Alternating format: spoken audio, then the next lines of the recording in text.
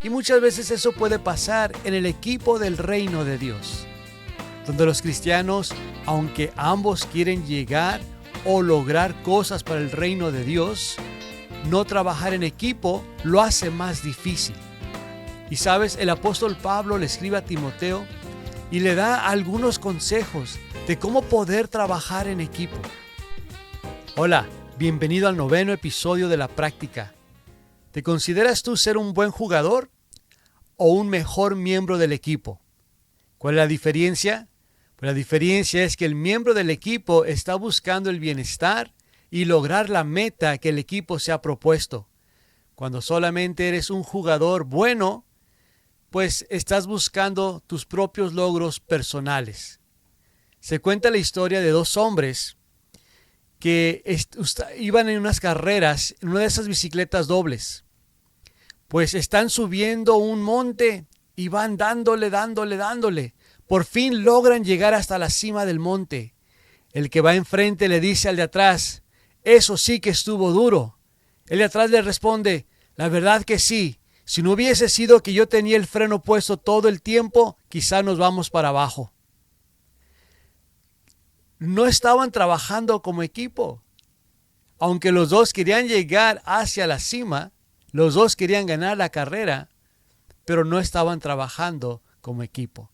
Y muchas veces eso puede pasar en el equipo del reino de Dios, donde los cristianos, aunque ambos quieren llegar o lograr cosas para el reino de Dios, no trabajar en equipo lo hace más difícil. Y sabes, el apóstol Pablo le escribe a Timoteo y le da algunos consejos de cómo poder trabajar en equipo. Y es algo personal, porque mientras nosotros estemos haciendo esto, es una garantía de que estaremos trabajando en equipo.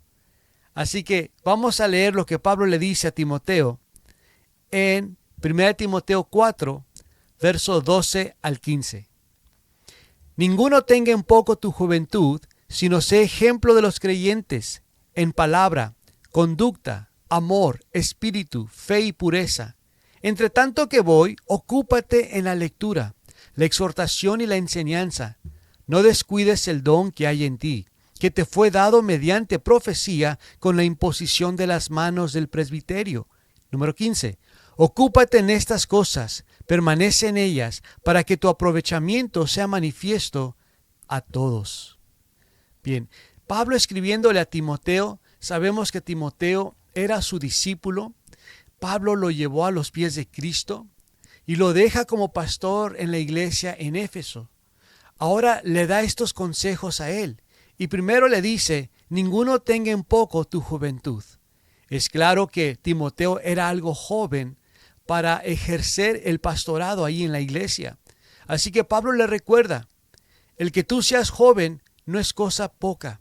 En otras palabras, no dejes que tu juventud sea un obstáculo para que tú lleves a cabo tu llamado. Ninguno tenga en poco tu juventud. ¿Qué más le dice Pablo? Sé ejemplo de los creyentes. Así que ahí está lo primero, para ti y para mí. Ser un ejemplo para los creyentes. Queremos trabajar en equipo, queremos lograr cosas para el reino de Dios, queremos cumplir con el llamado que Dios nos ha dado, pues sé un ejemplo. Y quiero decirte que todos somos un ejemplo. La pregunta es: ¿qué clase de ejemplo somos? ¿Somos un ejemplo bueno a seguir o somos un ejemplo malo? Obviamente, Pablo, al decirle a Timoteo que sea un ejemplo, es que sea un buen ejemplo. Y lo mismo para ti y para mí. Sé un ejemplo de un buen cristiano.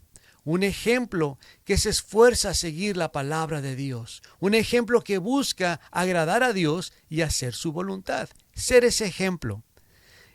Y es interesante que Pablo le dice de los creyentes. Entonces es importante que allí donde nosotros estamos, en nuestra iglesia sobre todo, que es donde normalmente nos congregamos, que seamos esos buenos ejemplos a nuestros hermanos, nuestras hermanas.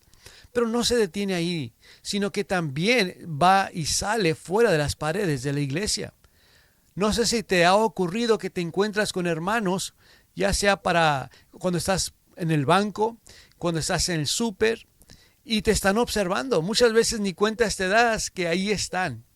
Ahora, cuando te ven y ven tu conducta es una donde ellos les da confianza de acercarte a ti y decirte, hermano, hermana, hola hermano, ¿cómo está? Hola hermana, ¿cómo está? O tu conducta es una donde mejor ni me le acerco. Pues seamos un buen ejemplo a los creyentes dentro de la iglesia, pero también fuera de la iglesia. Y después dice Pablo, esos ejemplos de los creyentes, mira de qué manera.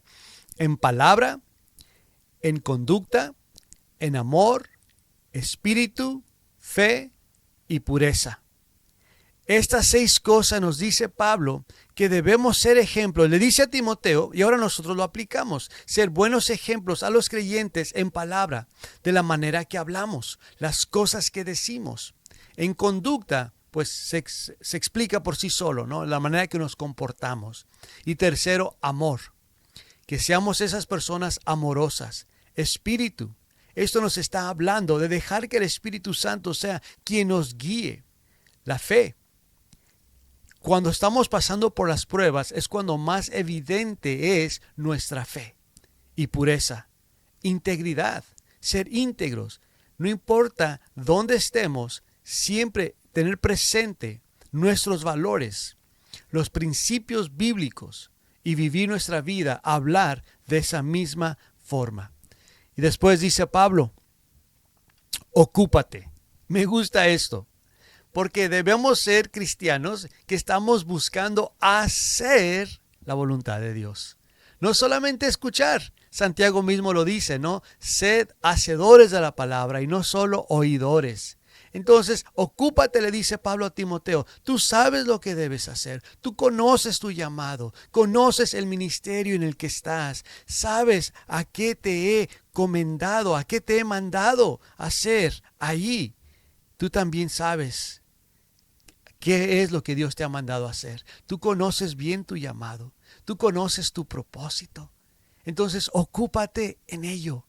Mantente ocupado haciendo la voluntad de Dios. Siguiente dice, ocúpate y mira, en la lectura, en la exhortación y la enseñanza. Ese era el llamado de Timoteo. Por lo tanto, Pablo le dice, ocúpate en esto, que a esto has sido llamado. ¿A qué ha sido tu llamado, amigo? ¿A qué te ha llamado Dios a ti? ¿Cuál es tu propósito? El que sea, ocúpate en él. Y después dice Pablo, no descuides el don que hay en ti. Oh, qué importante es esto. No descuidar el don que se nos ha dado. ¿Sabes por qué lo dice de esta forma Pablo? Porque tú y yo tendremos que rendir cuentas un día por los dones que Dios nos ha dado. El don o dones que Dios te ha dado a ti no son para que los tengas guardados. No seas como aquel hombre de la parábola que contó Jesús, que enterró su talento porque le tenía miedo a su Señor. ¿Qué es lo que debemos de hacer con ese don? Utilizarlo. Por eso nos lo dio Dios. No es para nosotros, es para su cuerpo. Así que quiero animarte que tú de igual manera no descuides el don que Dios te ha dado. Dios, fíjate bien, te muestra su gracia por medio de esos dones que te ha dado. Porque los dones que hemos recibido no es por nosotros, es decir, no es porque yo me lo he ganado. No es porque yo lo merezco, sino simplemente por la bondad de Dios, por su gracia, me dio mis dones y te ha dado a ti tus dones. Entonces, ¿qué estamos haciendo con esos dones? No descuides el don que has recibido de parte de Dios. Es la manera que Dios quiere que tú expreses la gracia que Él tiene por ti y por esta humanidad. ¡Qué bendición! Seamos buenos administradores de esos dones que Dios nos ha dado. Ocupémonos en el llamado que Dios nos ha dado. Seamos esos ejemplos a los creyentes en la iglesia y fuera de la iglesia. Y cuando hacemos esto, somos buenos miembros del equipo para el reino de Dios.